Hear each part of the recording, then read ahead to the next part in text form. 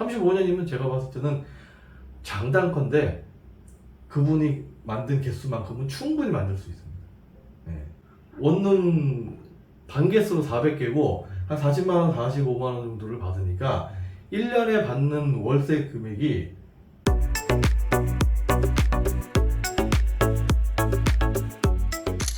제가 한 10여 년 전쯤에 이 경기도 지역에서 다가구 주택을 열심히 이제 짓고 있을 때 제가 짓는 건물에 현장 작업 반장 역할을 하실 분이 필요해서 그 인근에서 제가 사람을 찾고 있었어요.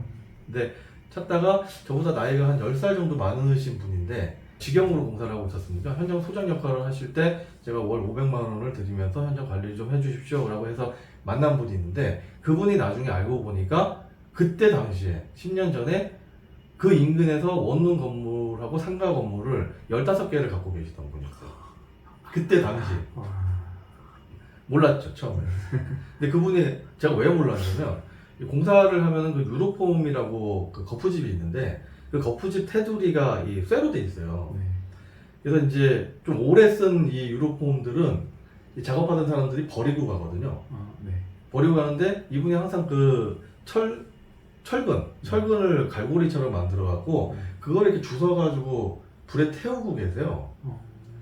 왜 그러냐면 얘를 불에 태우면 나무는 다 타고 이 쇠만 남잖아요. 네. 얘를 이제 고철로 팔려고. 그 차도 이제 1톤 트럭을 몰고 다니면서 전혀 그렇게 생각을 못 했는데 나중에 얘기하다 보니까 이분이 그 인근에 제가 건물을 짓고 있는 그 인근에 방 개수로 한 15개에서 18개 정도 되는 건물을 15개를 갖고 계시는 분이더라고요. 근데 이분이 그 전에 뭐 오피스텔 사업도 했었고 그리고 뭐 근생 건물도 크게 한 10층짜리도 짓고 하셨었는데 그 저랑 만났을 때는 이 원룸 건물을 모으는 상가주택이나 원룸 건물 주거용으로 월세 받는 건물을 모으는 작업을 계속 하고 계셨어요.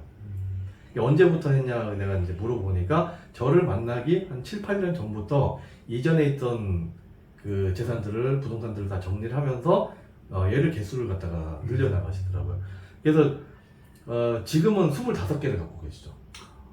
원룸 건물 25개를 갖고 계시다 보니까 한 개가 방이 15개에서 18개 정도 되거든요. 15개에서 18개 정도 되는데 월세가 한 45만 원 요 정도 돼요. 계산을 해보면 반개수로는 400개가 됩니다. 원룸 반개수로 400개고 한 40만 원, 45만 원 정도를 받으니까 1년에 받는 월세 금액이 18억 원이에요. 한 달에 한 1억 5천 정도가 월세로 들어오게 되는 거죠. 근데 이분이 그렇게 해서 계속 차곡차곡 모으는 거를 제가 10년 전부터 계속 이렇게 봤는데 그 사이에 저도 이제 뭐 오피스텔도 하고 뭐 다세대 분양도 하고 뭐 근생 건물도 짓고 여러 가지를 했지만 지금 와서 돌이켜서 생각을 해보면 그분이 왜 내 나이 때부터 이거를 정리를 해서 원룸 건물들을 하나 두 개씩 모았는지를 제가 지금 깨닫고 있어요. 월세 금액을 저번 시간에도 제가 얘기했지만 월세는 45만 원을 받고 있던 게 불경기라고 해가지고 갑자기 10만 원을 받는 게 아니다.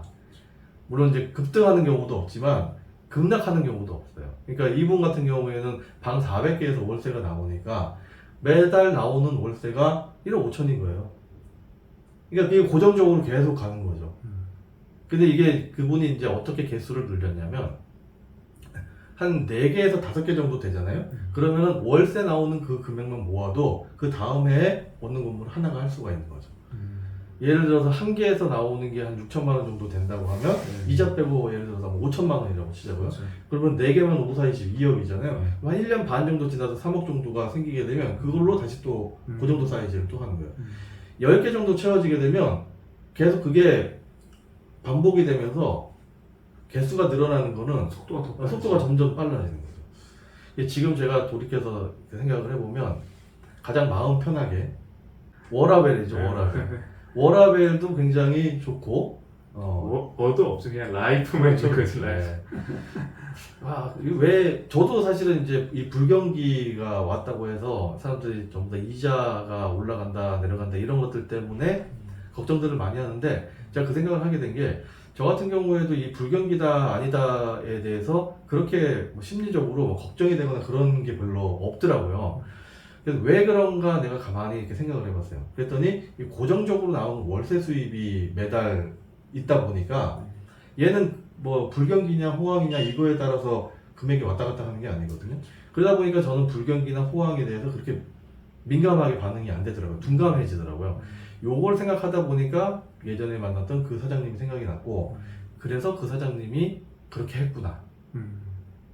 정말 똑똑하신 분이다. 앞으로 여러분들도 그 방향을 한번 생각해 보시는 것도, 물론 큰 건물을 지어서 한 번에 매각 수익을 많이 내는 것도 물론 좋죠. 예, 그 방향으로 성향이 그게 또 맞으시는 분들이 있어요. 근데 하나 두 개씩 건물을 모아서 대출 내서 건물 짓고 그 다음에 대출 또 조금씩 갚아 나가면서 내 걸로 만들면서 10개, 20개 이렇게 만드는 거를 여러분들도 한번 진지하게 네. 고민을 한번 해보시는 게 어떻겠느냐라는 생각이고, 더군다나 또 건호 씨 같은 경우에는 이제 그분 나이에 딱 반 살았거든요. 30, 그분이 한 70살 정도 되셨으니까, 70살 정도 되셨으니까 35세니까 앞으로 35년이나 남았다는 거죠. 35년이면 제가 봤을 때는 장단컨대 그분이 만든 개수만큼은 충분히 만들 수 있습니다. 네. 그러니까 목표를 그쪽으로 한번 잡아보시는 것도, 이 방송을 보시는 여러분들도 한번 생각을 한번 해보시는 게 어떨까라는 생각을 합니다.